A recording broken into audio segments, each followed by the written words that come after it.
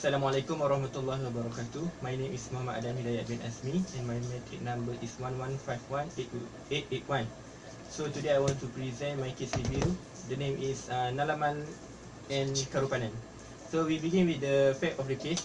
So the plaintiff loan the title of his land to the first defendant. So the first defendant said the purpose of his land to do some contract works. The first defendant later brought a document for the first plaintiff to affix her thumbprint on. Then the first defendant used the title of the plaintiff to as security for a loan obtained from the second defendant. And the second defendant lodged a landholder caveat over the land. So the plaintiff didn't satisfied with the first defendant action and brought a suit seeking. The plaintiff contended that the first defendant had failed to disclose the actual purpose of his taking the land to use as a security for a loan. Then the court allowed the plaintiff to appeal. First, there are three reasons. First, the first defendant did not disclose the actual purpose to the plaintiff that he wanted to use the title of the land as a security for a loan obtained from the second defendant. So the first defendant defraud the plaintiff in order to get the possession of the land. Second, as the possession of the title to the land was obtained by the defendant through misrepresentation, the deposit of title had never been authorized by the plaintiff at the first place. So there was insufficient proof of the alleged land to be created by the first plaintiff. The plaintiff had discharged the burden of proving that the title of the land had been wrongfully taken from the first plaintiff. Therefore, the landholder caveat wrongly lodged on the land. The caveat was removed, and cost for this action was to be borne by both the defendant. That's all from me. Thank you. Assalamualaikum warahmatullahi wabarakatuh. My name is Aiman Daniel. I will present to you the case of Paramo and Zedo, in which the subject matter of dispute is a land situated in Bukit Raja, named as Lot 703. So this case is, the facts of the case is the first defendant is the registered proprietor of the land, executes a mortgage and general charge in favor of the plaintiff, but the charge that they create was never been registered in the land office. So it was a term in the charge, of the charge in clause 6.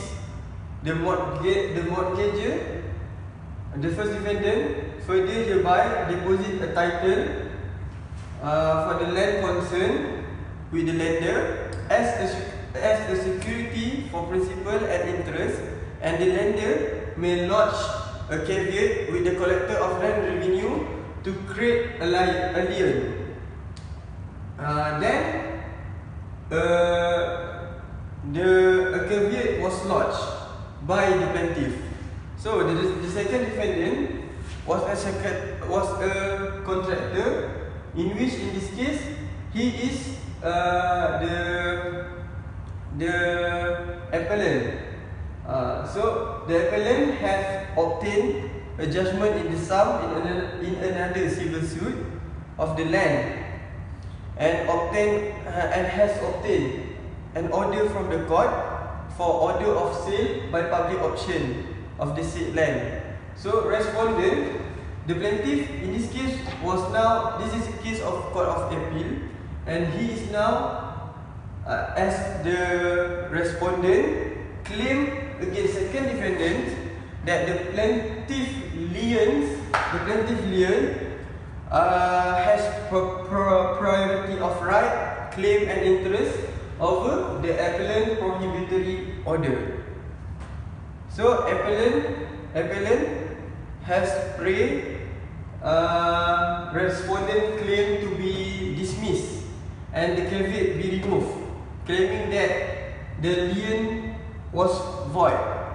The second defendant now now has appealed that the charge was not enforceable.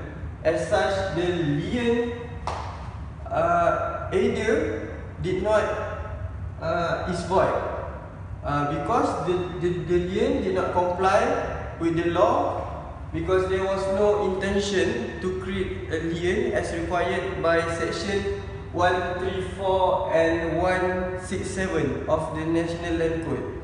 So the issue is whether the lien that has been created by the plaintiff has fulfilled the requirement under National Land Code. The second issue is whether the charge that are void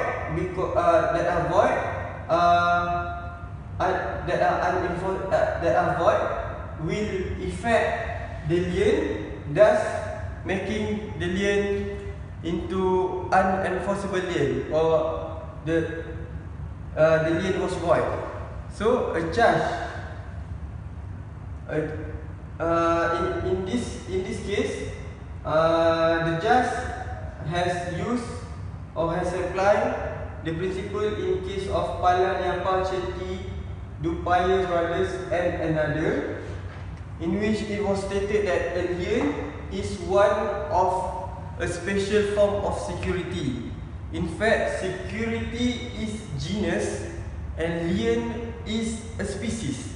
It must be recognized that Section 80 of the Registration of Title Enactment introduced an exemption from the general principle of registration of title, that this section stands entirely by itself and it is an exception.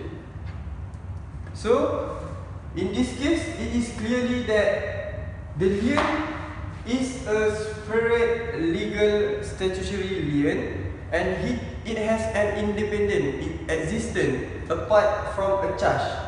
So if a charge is avoided, for non-compliance with the law under National Land Code, the lien, provided that it has fulfilled its requirement, so it is not void.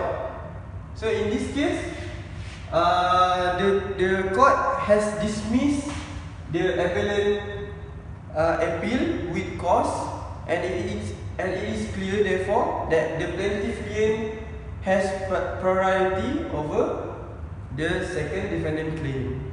That's all from me. Thank you.